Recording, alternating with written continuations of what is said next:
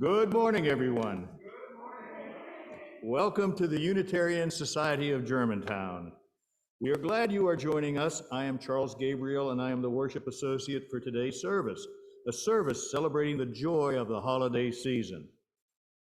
Now, before we begin the service, we have a few verbal announcements. For more complete listings, check out the USG website, newsletters, and the paper order of service in your hands and included on the post for today's service on our website.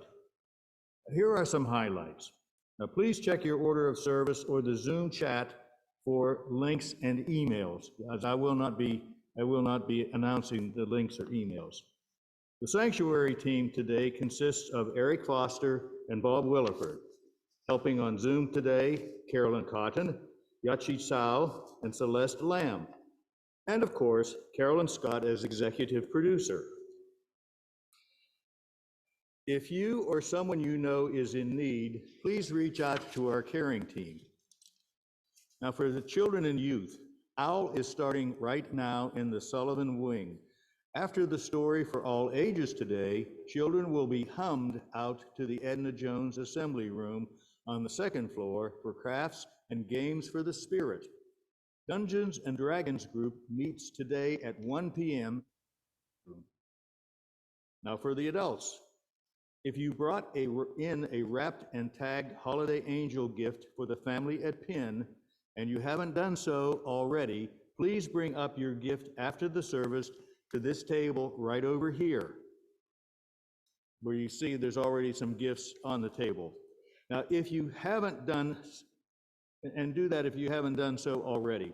If your gift has been delayed for one reason or another, please send an email to communications@usguu.org so that they can handle it with Penn. At 2 p.m. today, access the blue box for inspiration from the Black Lives of UU. At 5 p.m., the Breathe Mindfulness session will be offered, and then we'll be on hiatus until February.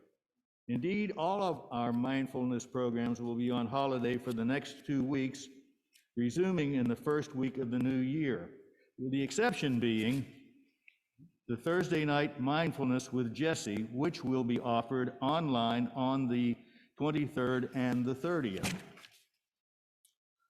Please note that all USG church offices and emails will also be on holiday from December 25 until Monday, January 3rd.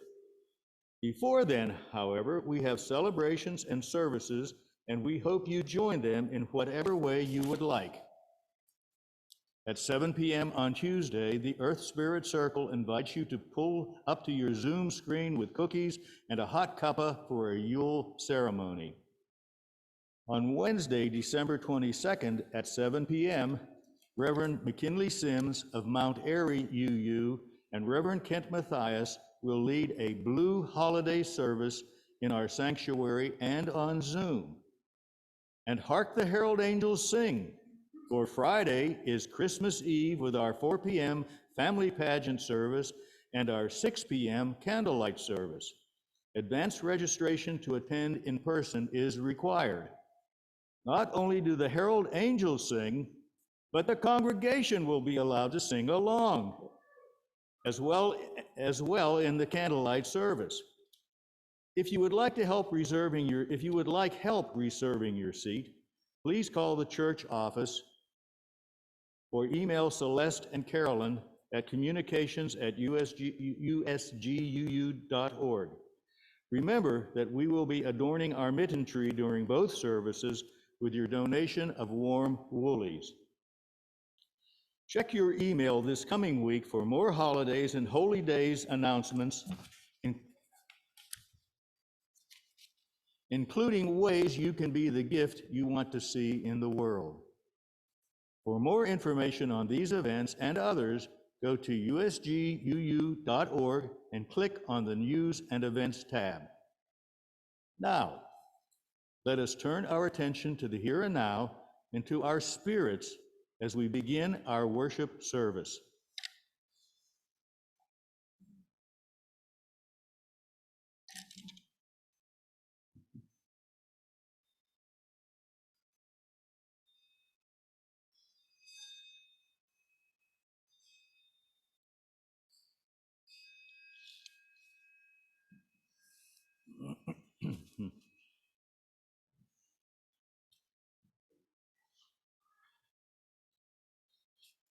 The opening words this morning are by the female Canadian Inuit shaman Uvavnuk. The great sea has set me in motion, set me adrift, moving me like a weed in a river. The sky and the strong wind have moved the spirit inside me till I am carried away, trembling with joy.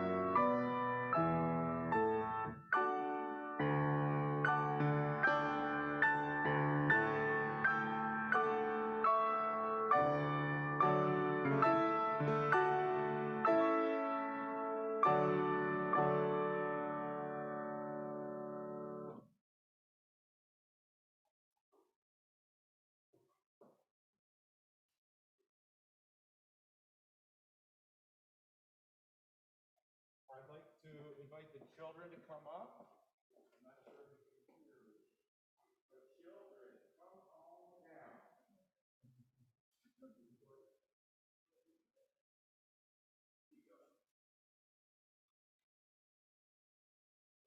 Come on down, and maybe if you want to stand or sit. Actually, let's sit for a second. So, I'll just talk. It's working out? Yeah.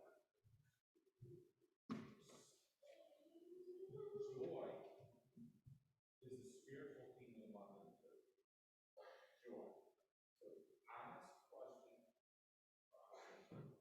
Who's feeling good?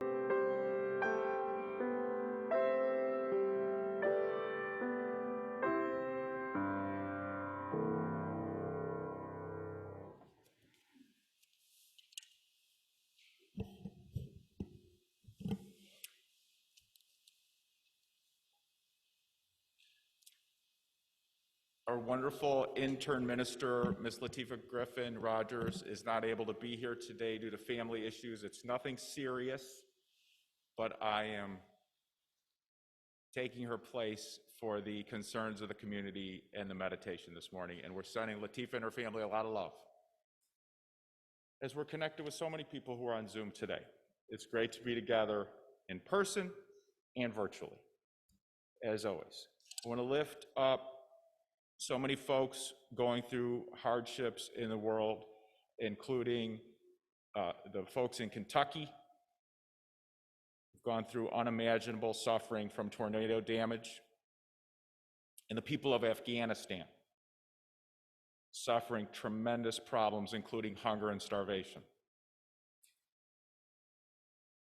In our own community, we lift up folks going through health problems, challenges, treatments, including Rudy Sprinkle from a compression fracture in his spine, getting treatment.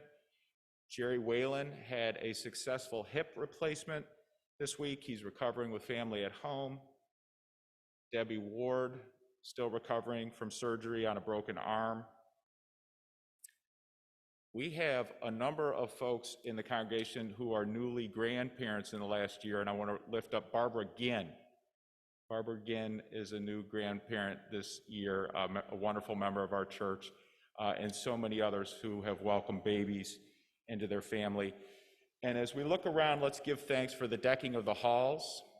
These swags, Elaine Hills and Jim are our leaders, but so many people helped. Some of you are here today, but these were all made with love and by hand yesterday for our holiday season. So thank you so much for everybody who did that. Let's join together in a time of introspection and meditation, followed by a time of remaining seated and humming along with Spirit of Life.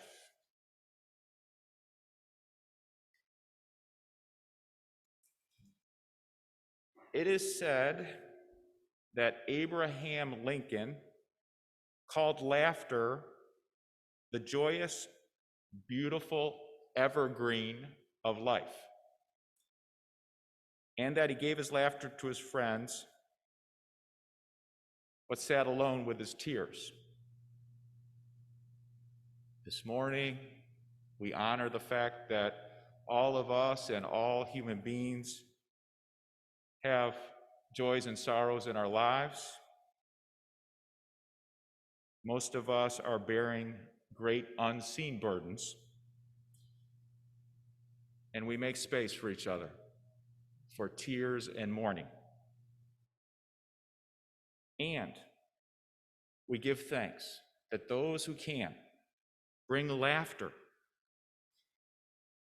and are a balm for our souls. Blessed are those who have internalized the joyous, beautiful evergreen of life. May it grow and thrive in all of us.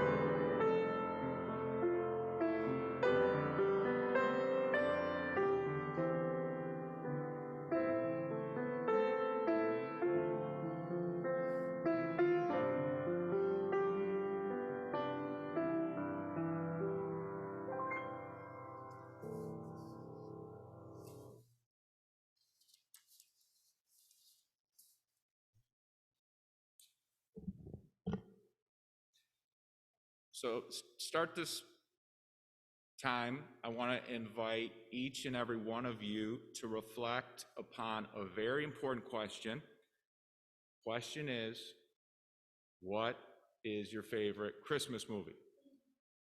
What is your favorite? So I was going to walk with the mic. The mic's not working. Let's just, I want to hear a couple.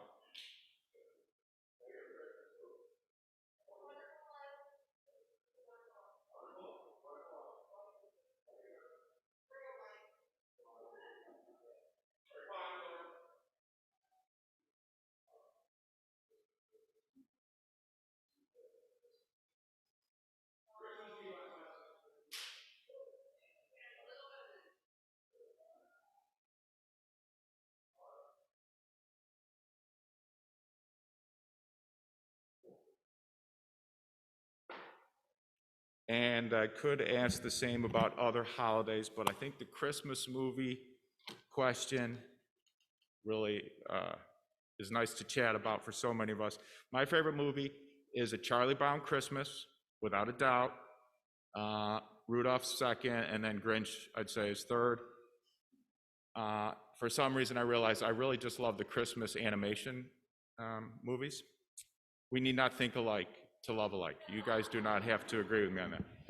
I do know my dad and I shared a big love for Charlie Brown, and I could watch that Charlie Brown Christmas movie twice a year. It just always warms me up, boy, no doubt about it. Just brings me solace and uplift.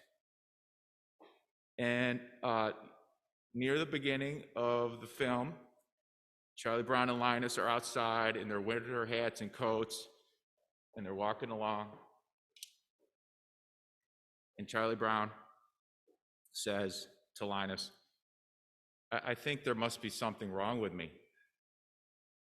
Christmas is coming, but I'm not happy. I don't feel the way I'm supposed to feel. And I'll bet that very close to every single one of us can identify with that challenge that Charlie Brown is articulating. At one time or another, we felt at least a little bit off in the holiday season because we were not happy. Could be this exact minute. And my man Charlie Brown is saying, for all of us, Christmas season is here and I'm not happy and something must be wrong with me, right? No, not really. We know. We can tell Charlie Brown and ourselves time and again, it's pretty common to feel down on the holidays. And this month here in our church, we are engaging the spiritual theme of joy from a lot of different angles. First, we're respectfully affirming that it's absolutely common and fine to feel sad or disappointed during the holidays. This coming Wednesday night, we have our Blue Christmas worship service. And in Beloved Community, at the holiday time, we make space. People let go of the shoulds of their feelings. How should I be feeling? How are you feeling? How can you deal with that reality? Together, we honor that you can sing the blues at Christmas. I'll have a blue Christmas without you. I'll be so blue thinking about you. Decorations of red on a green Christmas tree won't mean a thing if you're not here with me. It's okay, man. Even if Elvis was racist, you could still sing along with him, man. He was, but we could still sing. Come on. And tell it like it is. Reverend Kent, tell it like it is. In Beloved Community, we celebrate that even in this crazy Delta Omicron chapter of global pandemic, we can anticipate joy. Latifah preached a wonderful sermon last week where she asked, what happens in the liminal space between darkness and light? For example, during a sunrise, that time before you can visibly see the sun on the horizon, when the clouds become that purple, orange, and pinkish colors, you know something good is about to happen. There's hope and joy in the anticipation of sunrise.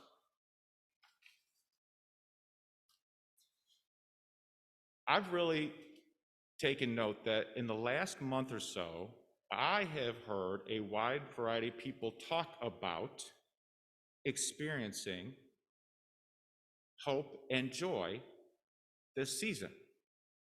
Many folks are saying, gosh, I'm surprised at how good I'm actually feeling this year. And my observation is that in comparison with last December, this December, when folks think about how am I really feeling right now? Now there's anxiety, and it's rising every day with this surge, I think. But folks, this year compared to last December are feeling percentage-wise some more gratitude, lightness, and joy. That's my observation. And this perhaps or involves a slight cognitive dissonance, because not all of us are exactly sure why we're feeling better. Can't necessarily assess all the facts of the why, but it is for some. And I think I want to say, it's okay, people. Take it. Claim it. Example for me involved going to Longwood Gardens Holiday Light event. Our family has gone many times over the years, but this year felt particularly joyous. Walking the grounds, watching dusk turn to night, feeling chill on the cheeks, watching the breath in the cold, it all felt extra special amongst the well-tended gardens and always delightful light displays. Now that's a special outing, special night. But this winter, I think that many of us are feeling extra fortunate simply decorating a tree or the sanctuary, baking cookies, or just talking to a friend on the phone. It's like, oh, it's good to be talking to you. Good to hear your voice. There are reports around the globe of people making the best of whatever comes their way this holiday season.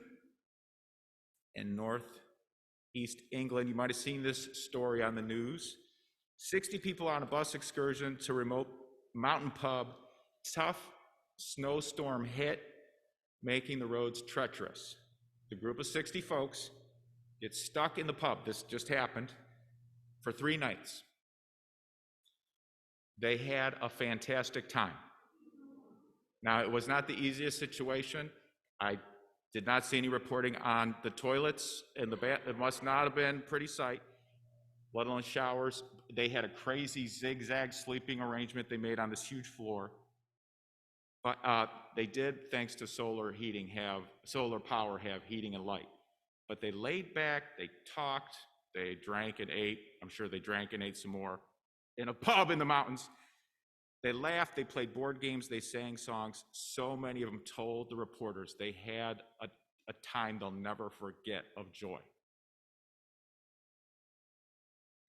This holiday season, I want to show a video here with Celeste's help. Go ahead, Celeste. Folks are dedicating themselves to engaging in contagious joyfulness. Around the country at various children's hospitals, there's a movement to share joy. During the stresses of this time, because the stresses are real, we all know that. We could go on for a half hour each about how life is stressful right now. We do well to think about people who lived out and taught us by the living of their lives how to do the Gandhi teaching of being grateful and generous and have laughter. I'm thinking of my mentor, Reverend Donald Wheat, who's 85 years old with tough Parkinson's right now. West side of Chicago, Third Unitarian Church. Reverend Don, one of the best things he did in his ministry was he went garbage picking into garage sales. Great skill. He would go grab stuff out of the garbage and do a real good job of going to garage sales. And whatever he got, books, board games, gently used sweaters, and t-shirts, he just randomly gift them to people. And he got the biggest kick out of it. He loved it the most, but people liked it. And it's hard to describe how this went, but in the west side of Chicago, Austin neighborhood, the kids in the neighborhood knew that there was one stoop of the church that was Reverend Don's stoop. And anything out there, clothing, books, games, bicycles, was for the kids of the neighborhood. And they would just come by and grab stuff. It was kind of like Don, I was thinking, you know how we have the new cool birdhouse used book thing where you go and you grab some books and then put them back? Like Don started that on the side of the church by just running his own thing for kids. And it generated joy. Who taught you how to generate joy in community? It's a good time to lift them up. Charlie Brown is being grateful and generous when he brought, the scraggly little tree, that scraggly little Charlie Brown Christmas tree. And Linus says, "Oh man, is that really going to work, Charlie Brown? I don't think people are going to like it." In his matter of fact, lovely way, Charlie Brown says, "It doesn't matter what other people think about this tree. I think this tree needs me, and this tree needs some love." And Linus is like, "Yeah, I get that, man. Let's give it some love." And they decorate it. They love that little tree up, and that little process loves them up. And then they have it, and it spreads joy amongst all their companions who are doing their Christmas play with them. That becomes the little tree of their Christmas. And you know it, preparing for Christmas, Schroeder plays that piano with Snoopy dancing.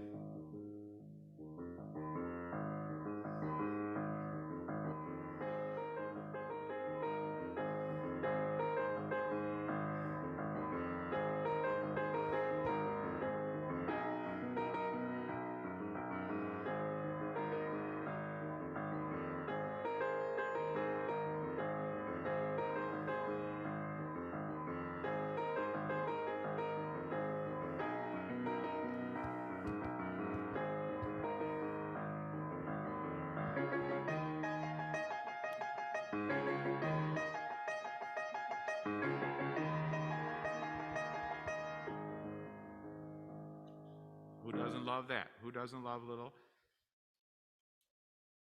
At times, we need songs like that, because I think most everybody in this room will identify with people of good conscience can feel, even if they themselves are not struggling in the midst of a serious problem at that time, that the existence of injustice in the world makes it hard to justify being happy.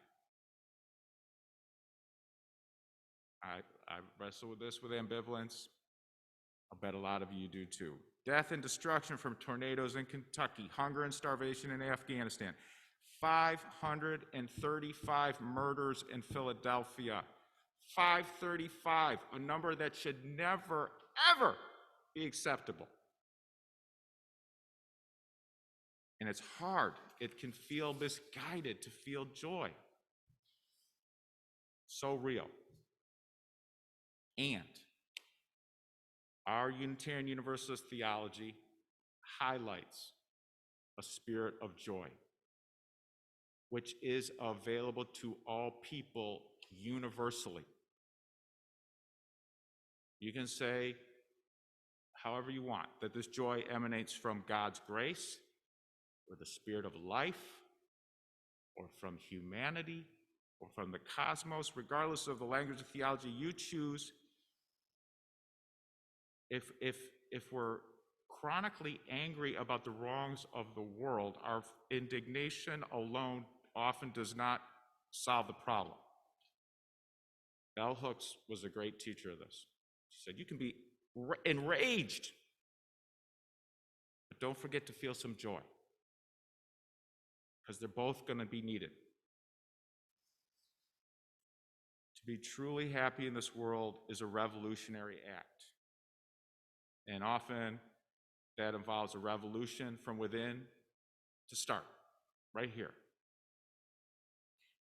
Celeste, we're going to skip this video. Okay, we're going to skip this video, but I just want to say, look this up, people. Talk about revolutionaries of joy. Riverside, California School for the Deaf football team. How many people know this story? The School for the Deaf football. Check it out. Super inspirational. They went into the state tournament. They had the best year for this school in their history. They went 13-0 to start their year. Deaf school playing hearing schools, and you got to hear these kids get interviewed about what it was about for them. For me, it's like joie de vivre. Just gives you such a, like, oh my gosh, I want to live today too. These guys are both there playing football like this together.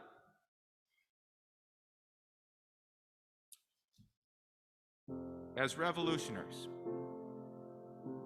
we can kindle joy, including while we effectively confront injustice. It's true. We can generate positive change with joy. If we joyfully read, discuss, and write, protest with joy. If we sing, dance, laugh, and hug during our work, we can help make the world a better place. During the Christmas play, the Charlie Brown and his friends, the audience hear a lovely rendition of "Hark the Herald Angels Sing." In that, Linus reads from Scripture,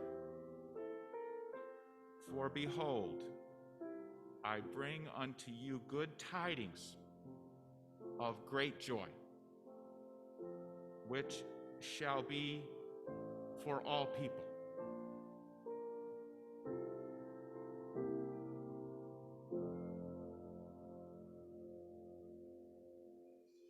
Now, the Charlie Brown Christmas special is a great movie.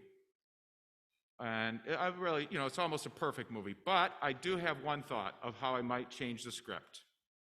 If I could write and direct, a version 2, in the end, I might have Linus, Lucy, and Charlie Brown pick up a microphone and sing, "Jeremiah was a bullfrog, was a good friend of mine."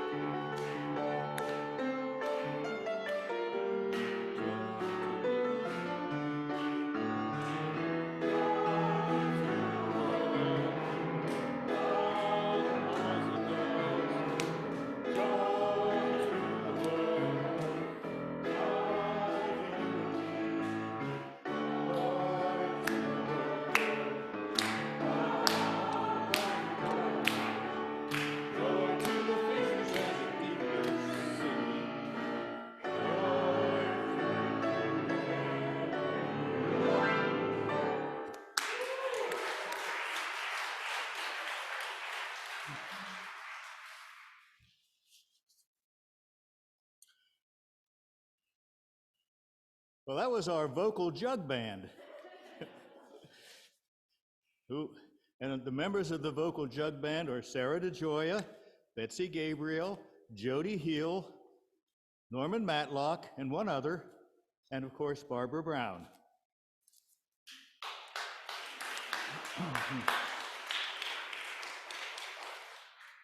Now, this is the time of year when we experience our greatest joy. And one of our greatest joys is the joy of giving. Today, you can experience the exquisite joy of contributing to the work of our beloved community, our community of love, hope, and giving. Please be as generous as you can as we now gratefully accept the offering. If you are worshiping with us in person today, there are collection boxes on the table over here in the front of the sanctuary, and also one in the narthex you'll see as you leave the sanctuary. Please place your donation in the collection boxes as you leave today. You may pick up an envelope in which to place your donation and fill it out with your information before dropping it in the collection box. If you are joining us from home, you may make a donation by text. Instructions are in the chat. You may designate your donation to apply to the Sunday collection plate or to be applied to your annual pledge. And please review the instructions in the text.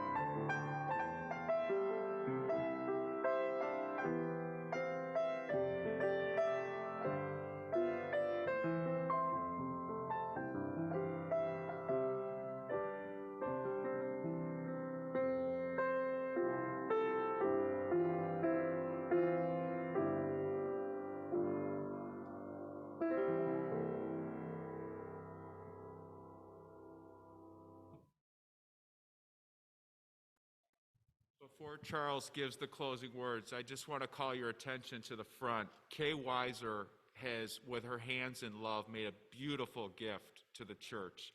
It's a tapestry, flaming chalice, and maybe you could get a camera on it for the folks at home. But if you're walking out, it's just it will have it out for quite some time in the coming weeks and months. But thank you, Kay. We feel the love, and please take a chance to take a look at it, maybe take a picture of it. and we appreciate it. It lifts our spirits.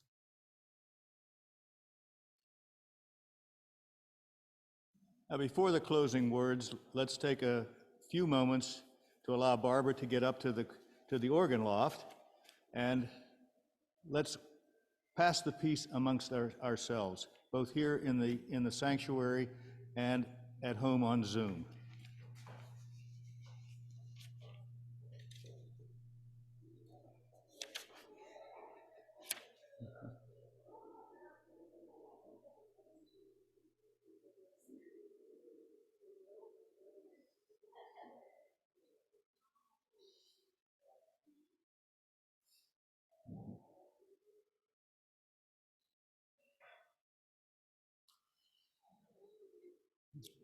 The closing words today are from the prophet Zebediah, from Psalm 24, and from Three Dog Night. Rejoice greatly, O daughters of Zion. Shout, O daughter of Jerusalem. Behold, thy king cometh unto thee. Who is this King of glory? Why, it's Jeremiah the bullfrog. May your joy cause great rejoicing among everyone you meet.